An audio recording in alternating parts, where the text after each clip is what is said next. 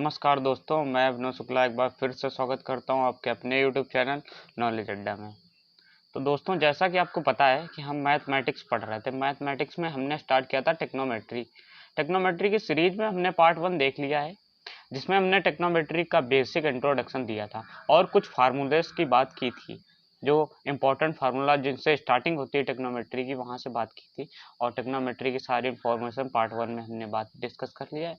कुछ फार्मूले देखे थे, जैसे कि साइन थीटा बराबर लंब बटे कर्ण, कॉस थीटा बराबर आधार बटे कर्ण, टैन थीटा बराबर लंब बटे आधार। ये कुछ फार्मूले हमने पार्ट 1 में देखे थे और आज इन्हीं फार्मूलों से रिलेटेड कुछ क्वेश्चन सॉल्व करने वाले हैं। और भी क्वेश्चन हम सॉल्व करेंगे उन फार्मूलों से रिलेटेड। तो चलते हैं, शुरू करते हैं आज की क्लास।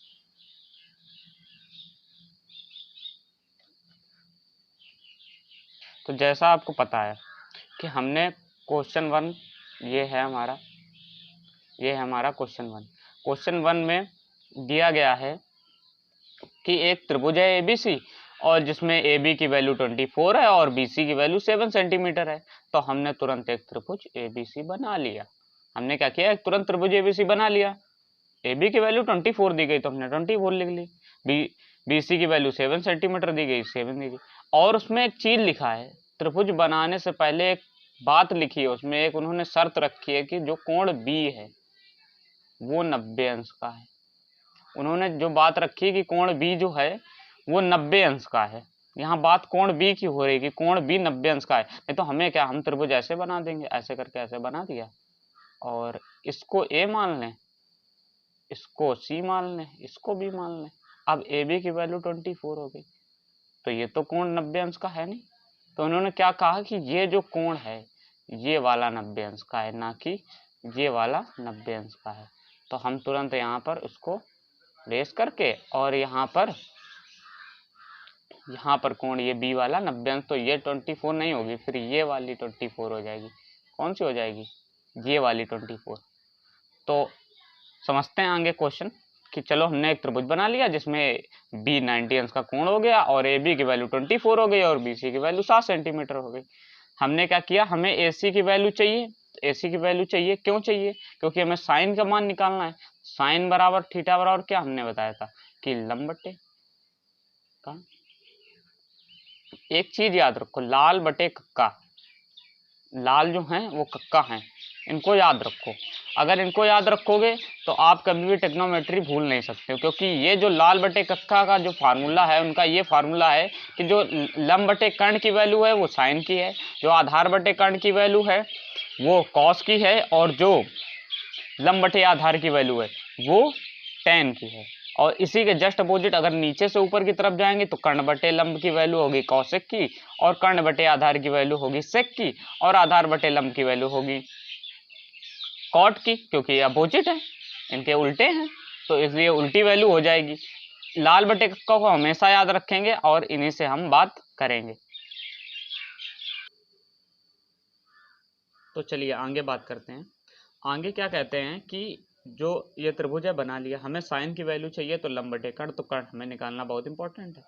तो एक थे पाइथागोरस एक थे गणितज्ञ, जिन्होंने हमें एक इक्वेशन दी थी कि अगर समकोण त्रिभुज है, अगर कोई एक समकोण त्रिभुज है तो उसमें जो ये सबसे वाली भुजा है इसका नाम उन्होंने दे दिया था कर्ण, और जिस भुजा पर ये 90 अंश का कोण बना है, इस भुजा पे बना है, तो ये हो गई आधार, और जो भुजा है 90 अंश जो कोण बनाती है उसको बोलते हैं लंब।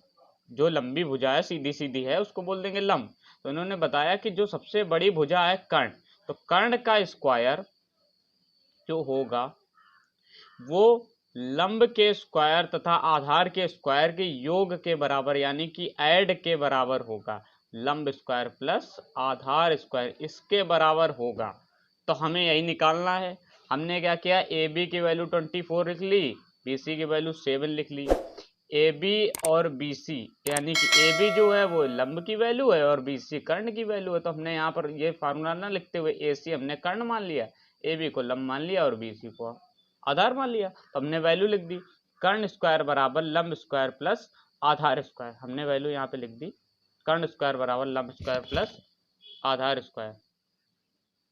जब हमने ये वैल्यू लिख दी तो अब इस वैल्यू के आगे हमने क्या किया कि AC की वैल्यू हमने निकाल ली, तो AC का स्क्वायर होगा तो इधर स्क्वायर होगा, जब तो इधर रूट लग जाएगा, जब इधर स्क्वायर हट जाएगा तो इधर रूट लगा देंगे। तो AB का वर्ग निकाल लिया और BC का 24 का और 7 का वर्गमूल निकाल के ऐड कर दिया, 265 आया। 265 का वर्गमूल कितना होता है? 25 का होता है, क्योंकि 25 × 25 करेंगे तो 265 आएगा, तो 25 × 25 करेंगे तो 265 को हम लिख देंगे। 25 × 25 करेंगे तो 265 को हम लिख देंगे, तो 265 हो जाएगा, तो उसमें से एक 25 को निकाल लिया। अब आगे देखते हैं। अब आगे यहाँ से ध्यान समझिए कि जब कोण B, जब कोण B, जब ये जो कोण B है, जब ये 90 अंश का होगा, जब ये कोण, तो इसके लिए ये लंब भुजा होगी और ये आधार भुजा होगी। साइन की वैल्यू किस कोण पे निकालेंगे? इस वाले कोण पे निकालेंगे। तो हमने क्या किया, त्रिभुज को, हमें इस वाले कोण पे वैल्यू निकालनी है, तो हमने क्या किया, त्रिभुज को उल्टा कर दिया। अभी तक त्रिभुज सीधा था, उसको थोड़ा उल्टा कर देते। तो हमने क्या किया, ये AB को यहाँ ऐसे लिख दिया, AB लिख दिया, और इसको BC कर दिया, और इसको एक सेकंड दोबारा से बना लेते हैं।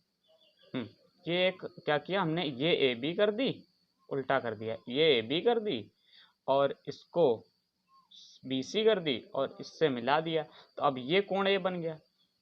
अब क्या हुआ, अब BC की वैल्यू कितनी हो गई? अब BC की वैल्यू ये वाली 7 हो गई, ये वाली 24 हो गई। जब ये वाली 7 हो गई, ये वाली 24 हो गई, तो ये वाली कितनी निकली थी? 25 निकली थी। तो हमें वैल्यू किसकी चाहिए? लंब बटे कर्ण की चाहिए। तो लंब हमारा कितना है? 7 है, 7 लिख दिया, और कर्ण कितना है? 24 है, 25 है, तो 25 लिख दिया। C की वैल्यू निकल आई। फिर cos A की निकालनी है तो cos A की निकाल लेंगे, फिर sin C की निकालनी है तो sin C की निकाल लेंगे, cos C की निकालनी है तो cos C की निकाल लेंगे। ऐसे ही हम cos A की वैल्यू को निकालेंगे। cos A की वैल्यू में क्या होता है? आधार बटे कर्ण होता है। क्या होता है? आधार बटे कर्ण। अब हम त्रिभुज उल्टा कर लिए, अब ये वाली वैल्यू हमारी इंपॉर्टेंट नहीं है, ये जो त्रिभुज है ये नहीं है, अब ये वाला त्रिभुज यहाँ काम करेगा, ये वाला जो अभी हमने बनाया है वो वाला त्रिभुज। तो आधार की वैल्यू कितनी है? आधार ये है, तो आधार की वैल्यू 24 है, तो हमने 24 लिख दी, और कर्ण की वैल्यू 25 है तो 25 लिख दी। अब साइन C, अब दूसरा समझते हैं। अब जब साइन C निकालेंगे, C ये वाला कोण, तब ये वाला त्रिभुज काम आएगा। इसमें दो त्रिभुज बनेंगे, एक ये बनेगा और एक ये बनेगा। इसमें ये B होगा, ये A होगा, ये A होगा, ये B होगा और ये C होगा।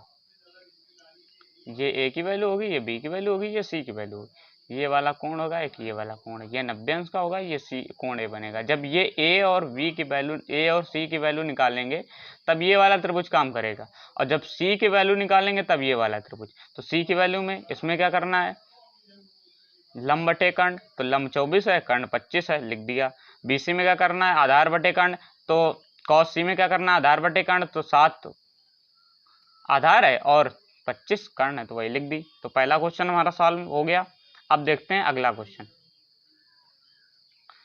अगला क्वेश्चन जो है वो ये कह रहा है कि tan P minus cot R की वैल्यू को निकालना है।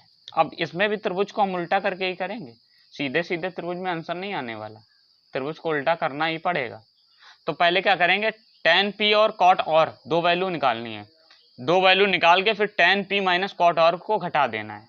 वही करना है कि वैल्यू त्रिभुज बना के दिया है उन्होंने, त्रिभुज दिया गया है, ये त्रिभुज दिया गया है, ये उन्होंने PQ की वैल्यू 12 लिख दी है और PR की वैल्यू 13 लिख दी है। हमें आधार की वैल्यू चाहिए, तो हमने तुरंत लगा दिया पाइथागोरस प्रमेय से, लंब स्क्वायर बराबर कर्ण स्क्वायर बराबर लंब स्क्वायर प्लस आधार स्क्वायर। तो कर्ण की वैल्यू 13 का स्क्वायर, लंब की वैल्यू PQ का स्क्वायर और आधार की वैल्यू में ज्ञात कर रही है, तो हमारी 25 आधार की वैल्यू आ गई। 25 आई, 25 में 5 आ गई, स्क्वायर में आएगी 25, तो उसमें 5 निकाल लेंगे तो 5 आ गई।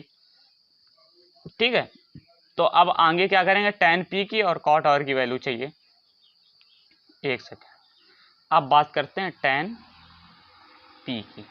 तो P यहाँ पे ये कोण है, ये कोण है, ये P है, और ये Q है तो यहाँ Q लिख दिया, ये R है तो ये R हो गया, और इसको ऐसे मिला दिया, ये R हो गया।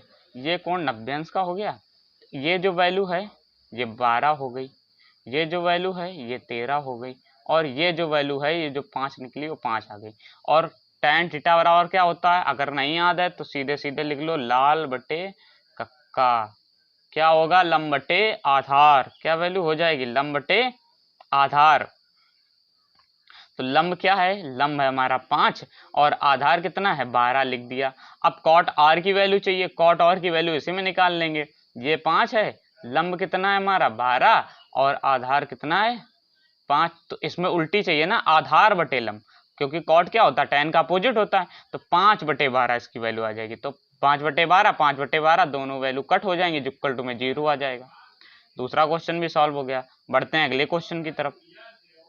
चलिए बढ़ते हैं अगले क्वेश्चन की तरफ। अगले क्वेश्चन में हमारी साइन की वैल्यू दे दी गई 3/4 और कैलकुलेट करना है हमें cos A और tan B, tan A की। हमने क्या किया, तुरंत एक त्रिभुज बनाया, त्रिभुज ABC, और यहाँ पे एक कोण कर दिया उन्होंने, तो हम इसको थोड़ा ऐसे करके ऐसे करके ऐसे बना लेते हैं। अब ये वाला AB हो गया, ये इसके लिए लंब है, ये इसके लिए आधार है, ये इसके लिए आधार है, इसके लिए मतलब कोई भी अंतर नहीं है, दोनों त्रिभुज सेम है। ये कर्ण है, तो उन्होंने क्या किया, लंब और कर्ण की वैल्यू दे दी थी। तो लंब की वैल्यू 3 है और कर्ण की वैल्यू 4 है। हमने तुरंत फार्मूला लगाया पाइथागोरस प्रमेय से और लंब की वैल्यू निकाल ली √7। जब लंब की वैल्यू √7 निकल के आ गई है तो कॉस की जगह पर कॉस की वैल्यू पुट कर देंगे, tan की जगह tan की वैल्यू निकालेंगे। कॉस बराबर क्या होता है, तो हमारे कक्का जी को फिर से एक बार याद करते हैं, लाल बटे कक्का जी को फिर से एक बार याद करते हैं। तो ये हो गई साइन की वैल्यू जो कि हमें दी गई है, ये हो गई कॉस की, आधार बटे कर्ण, तो आधार हमारा √7 है, कर्ण हमारा 4 है, तो आधार 7 और 4, और लंब बटे आधार, तो लंब हमारा 3 है और कर्ण हमारा आधार हमारा 7 है। बात यहीं पे आती है। क्या किया, अब समझ में नहीं आ रहा होगा कि कोण ये ए कर दिया, आप सिंपल समझिए, ऐसे करके ये एक त्रिभुज बनाया, यहाँ पे कोण ए कर दिया।